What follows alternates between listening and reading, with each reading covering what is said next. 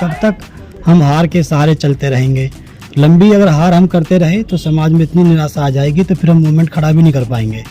तो इसलिए कहीं ना कहीं हमें समाज को यहीं से उठाना होगा, मूवमेंट को यहीं से उठाना होगा। साहब कांसीराम के पैटर्न पर उनके कदमों पर चलते हुए फिर से हमें जो है बहुजन समाज को प्रधानमंत्री का सपना दिखा करके उसको पूरा करना होगा। में समाज ये देख लेता कि ये मूवमेंट को आगे बढ़ा लेंगे तो अब तक बीएसपी खाली हो जाती और सब बीएसपी के नेता छोड़ के वहाँ चले जाते, लेकिन वहाँ पर भी सहमत नहीं है समाज। लेकिन साहब कांसीराम ने कहा कि हमें भी तो अपनी स्ट्रेटजी बनानी है कि उनको सफल ना होने दें, उनकी मंशा पूरी ना होने दें। तो कहीं ना कहीं हो सकता है, अब बाकी तो एक दिन के बाद में परसों को पता चल जाएगा। नाम तो नहीं ले रहा है लोग, तो फिर क्या बहुजन समाज पार्टी को उसके तरफ से मुंह मोड़ लेना चाहिए? देखिए, मेरा तो ये कहना है कि मुझे जिंदगी भर ना लिया जाए, मुझे कोई गम नहीं है, लेकिन गम इस बात का है कि पार्टी ऊपर जानी चाहिए। प्रकाश सिंह है, मैं बहुजन समाज पार्टी का राष्ट्रीय उपाध्यक्ष रहा हूँ, दिल्ली का प्रभारी रहा हूँ, राजस्थान का प्रभारी रहा हूँ, पूरे देश का प्रभारी रहा हूँ। और बूथ से लेकर के मैंने सेकंड टॉप तक देश सत्ता के लिए, मूवमेंट के लिए काम किया है। सर, आज आपके बारे में बात की जाती है कि आप बहुत जल्द जो है कि बहुजन समाज पार्टी के साथ शामिल हो जाएंगे, लेकिन अभी तक क्या सामना करना पड़ रहा है? किस बात का देरी है? ऐसा लगता है जैसे कुछ जो पारिवारिक मैटर है शायद बहन जी के, क्योंकि अगर देखा जाए तो उन्होंने, बहन जी ने जो है एक वो सुजीत सम्राट थे दिल्ली के, उनको निकालने के बाद वापस ले लिया। राहुल नागपाल थे, उनको ले लिया। और बहुत बड़ा एक एग्जाम्पल है देवासी जरारिया, जो कांग्रेस में चले गए थे, उनको ले लिया। और अभी कल परसों का उदाहरण है सभी के सामने कि आकाश आनंद जी, जो उनके भतीजे हैं, जो उत्तराधिकारी भी थे और राष्ट्रीय कोऑर्डिनेटर भी थे, उनको जो है हटाया और उनके बाद उनको फिर ले लिया। और ये भी कहा कि भाई वो मैच्योर नहीं है और मैच्योर होने तक हम उनको कोई पद नहीं देंगे। और जब पद दे दिया तो इसका मतलब उन्होंने मान लिया कि मैच्योर हो गया। लेकिन पता नहीं क्या वजह है, और समाज कह भी रहा है कि भाई 6.5-7 साल हो गए हैं जयप्रकाश को, क्या वो मैच्योर नहीं हो पाया? तो ये तो बहन जी का अपना पर्सनल मैटर है, उन्होंने हमें क्यों नहीं लिया, लेकिन समाज की चाहत है कि लिया जाए और मिल करके जो है इस मूवमेंट को बचाया जाए। अभी हरियाणा में चुनाव हो रहा था, थोड़ा सा हम हरियाणा के मुद्दों पे बात करेंगे। अभी हरियाणा का चुनाव हो रहा था, कल वोट पड़े हैं, 8 तारीख को रिजल्ट आने की संभावना है। आपके हिसाब से बहन जी कितना काम कर पाई होंगी वहाँ पे? देखो, मेरे हिसाब से एक दिन और बीच में है, परसों रिजल्ट आ जाएगा। हम जो है उम्मीद करते हैं कि वहाँ पे गठबंधन की सरकार बने। अगर नहीं बन पाती है तो फिर सोचने का विषय तो है कि भाई मूवमेंट कब तक हम हार के सहारे चलते रहेंगे। लंबी अगर हार हम करते रहे तो समाज में इतनी निराशा आ जाएगी तो फिर हम मूवमेंट खड़ा भी नहीं कर पाएंगे। तो इसलिए कहीं ना कहीं हमें समाज को यहीं से उठाना होगा, मूवमेंट को यहीं से उठाना होगा। साहब कांसीराम के पैटर्न पर उनके कदमों पर चलते हुए फिर से हमें जो है बहुजन समाज को प्रधानमंत्री का सपना दिखा करके उसको पूरा करना होगा। अगर हम ऐसा नहीं कर पाए तो हम कहीं ना कहीं चूक खा जाएंगे और ये मूवमेंट बहुत पीछे चला जाएगा। हरियाणा में एग्जिट पोल जिस तरह से बताया जा रहा है कि बहुजन समाज पार्टी की एक भी सीट नहीं निकल रही है। चंद्रशेखर आज़ाद जी हैं, वो भी बहुजन की बात कर रहे हैं, उनकी भी एक सीट नहीं निकल रही है। सीधे कांग्रेस को जो है कि वहाँ पे सत्ता देने की बात कर रहे हैं। देखिए, वहाँ एक मैसेज बहुत गलत चला गया जिसको हम लोग काउंटर नहीं कर पाए। वहाँ पर 2 जाट नेता थे, जेजेपी से वो लड़का, क्या नाम उसका, दुष्यंत चौटाला, और अभय, उनके जो चाचा हैं अभय चौटाला।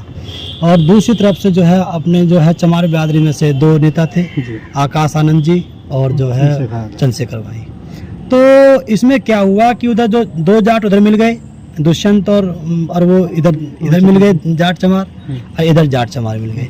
अब यहाँ मैसेज ये चला गया हरियाणा के अंदर कि अगर इनकी तरफ वोट देते हैं तो बीजेपी जीत जाएगी। ये मैसेज चला गया, उन्होंने ये मैसेज दे दिया था। और उसने आम आदमी पार्टी का चड्डा कौन था, उसने भी जो भी नाम चड्डा लड़का था, कोई सांसद क्या बनाया था, उसने भी ये बात बोल दी। तो कहीं ना कहीं उसको काउंटर नहीं कर पाए, और उस काउंटर ना कर पाने की वजह से जो वोट है वो हमारी तरफ शायद ना आ पाया हो, ऐसा सोच सकते हैं लोग। अगर उनके दिमाग में ये थी कि अगर चमार और जाट इधर आ जाता है तो बीजेपी जीत जाती है, तो इसलिए जाट समाज ने हो सकता है अपना वोट जो है हुड्डा के नाम पर जो है उसको दे दिया हो। और शैलजा कुमारी वहाँ समाज की नेता थी, वहाँ वो दे दिया हो। अरे वो आगे थे तंवर साहब, वो उसमें ज्वाइन करा लिया था चुनाव से पहले। तो कहीं ना कहीं इस वजह से हो सकता है। लेकिन देखो, विरोधी लोग तो प्रयास करेंगे ही कि भाई उनके सफल हों, लेकिन साहब से हमने कहा कि हमें भी तो अपनी स्ट्रेटजी बनानी है कि उनको सफल ना होने दें, उनकी मंशा पूरी ना होने दें, तो कहीं ना कहीं हो सकता है। अब बाकी तो एक दिन के बाद में परसों को पता चल जाएगा। 9 तारीख को बहन जी लखनऊ में रैली बुला रही है, आपको क्या सोचना है कुछ कि आपको? नहीं, बहन जी ने ओपन दिया है, वो भी पार्टी ने दिया है। मैंने जो पढ़ा है फेसबुक पे कि पार्टी का गाइडलाइन है कि आधा उत्तर प्रदेश जो है पश्चिम उधर का जो है वो नोएडा जो में उसमें जो स्थल है उसमें पहुंचेगा, और पूर्वांचल और अवध का जो एरिया है लगभग आधा उत्तर प्रदेश जो है ये इधर लखनऊ पहुंचेगा। तो ये बहन जी ऐसा हर समय मतलब हर इवेंट पे ऐसी बोलती रही है, तो दोनों हिस्सों में जो कार्यकर्ता जाएगा अपने अपनी सहूलियत के हिसाब से। बहुजन समाज पार्टी के लिए वो क्या संदेश रहेगा कि अभी आकाश जी को साथ ले लिया गया है, आपकी तरफ से क्या संदेश रहेगा कि क्या अगर आपको नहीं ले रहा है लोग तो फिर क्या बहुजन समाज पार्टी को उसके तरफ से मुंह मोड़ लेना चाहिए? देखिए, मेरा तो ये कहना है कि मुझे जिंदगी भर ना लिया जाए, मुझे कोई गम नहीं है, लेकिन गम इस बात का है कि पार्टी ऊपर जानी चाहिए, ये मूवमेंट ऊपर जाना चाहिए। मुझे मत लो आप जिंदगी भर, मैं ऐसे ही ठोकरे खाता हुआ घूमता रहूंगा, ऐसे ही मैं एडी चटकाता हुआ घूमता रहूंगा, लेकिन मूवमेंट तो आगे बढ़े। ये कोई समझदारी नहीं है कि भाई मूवमेंट नीचे चला जाए और हम मूवमेंट के लिए कोई रास्ता ना दे पाएं। तो मेरा ये कहना है कि मैं मोड़ने की बात नहीं कर रहा हूँ, लेकिन मूवमेंट अगर नीचे चला गया, अभी उपचुनाव कल परसों को होने वाले हैं, हरियाणा चुनाव आपके सामने गया, आकाश भाई के नेतृत्व में लगभग 8-10 चुनाव हो चुके हैं, हर चुनाव में वोट डाउन जा रहा है। इसका हमें दुख है। जिन लोगों ने इस पार्टी को, इस मूवमेंट को अपने खून पसीने से सींचा है, तो कहीं ना कहीं उसको दर्द तो है। लोग कह रहे हैं कि चंद्रशेखर आजाद जी जब से पार्टी बना ली है तब से बहुजन 2 भागों में बट गया है और अब नहीं लगता कि बहन जी कभी कोई सीट जीत पाएंगे। गलती इसमें चंद्रशेखर की नहीं है, गलती इसमें ये देखो, मैं तो ये भी मानता हूँ कि बट भी नहीं रहा है।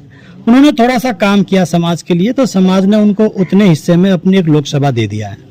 अभी आप खुद कह रहे हैं कि वहाँ पर हरियाणा में कुछ सीट जीत नहीं पा रहे हैं वो। और अगर चंद्रशेखर भाई में समाज ये देख लेता कि ये मूवमेंट को आगे बढ़ा लेंगे, तो अब तक बीएसपी खाली हो जाती और सब बीएसपी के नेता छोड़ के वहाँ चले जाते, लेकिन वहाँ पर भी सहमत नहीं है समाज, इसलिए वहाँ पे कोई फूट की मुझे उम्मीद लगती नहीं है। आखिरी सवाल ये है सर कि आप हम हर जगह चलते रहते हैं, क्या कहाँ से सारी चीज़ें कर पाते हैं? समाज है, मेरे को पूरी उम्मीद है कि मैं बस से मैंने अपना सफ़र तय किया था, मोटरसाइकिल से चलता हुआ आज गाड़ी में चल रहा हूँ। एक दिन ये समाज उम्मीद है अगर मैं सही रास्ते पर चलता रहा तो आपके सामने हेलीकॉप्टर से भी हम उड़ेंगे, लेकिन समाज के पैसे से उड़ेंगे, किसी दूसरे के पैसे से नहीं उड़ेंगे। उपचुनाव जहाँ हो रहे हैं वहाँ पे जाने की संभावना है? देखते हैं, वहाँ के लोग बुलाएंगे, हम जाएंगे, बाकी देखते हैं जो रास्ता बनता है। बहुत बहुत धन्यवाद। हमारे साथ बसपा के पूर्व राष्ट्रीय उपाध्यक्ष जयप्रकाश सिंह जी थे, बातचीत हो रही थी, क्या कहा आपने सुना ही होगा, बाकी आपकी राय। बहुत बहुत धन्यवाद।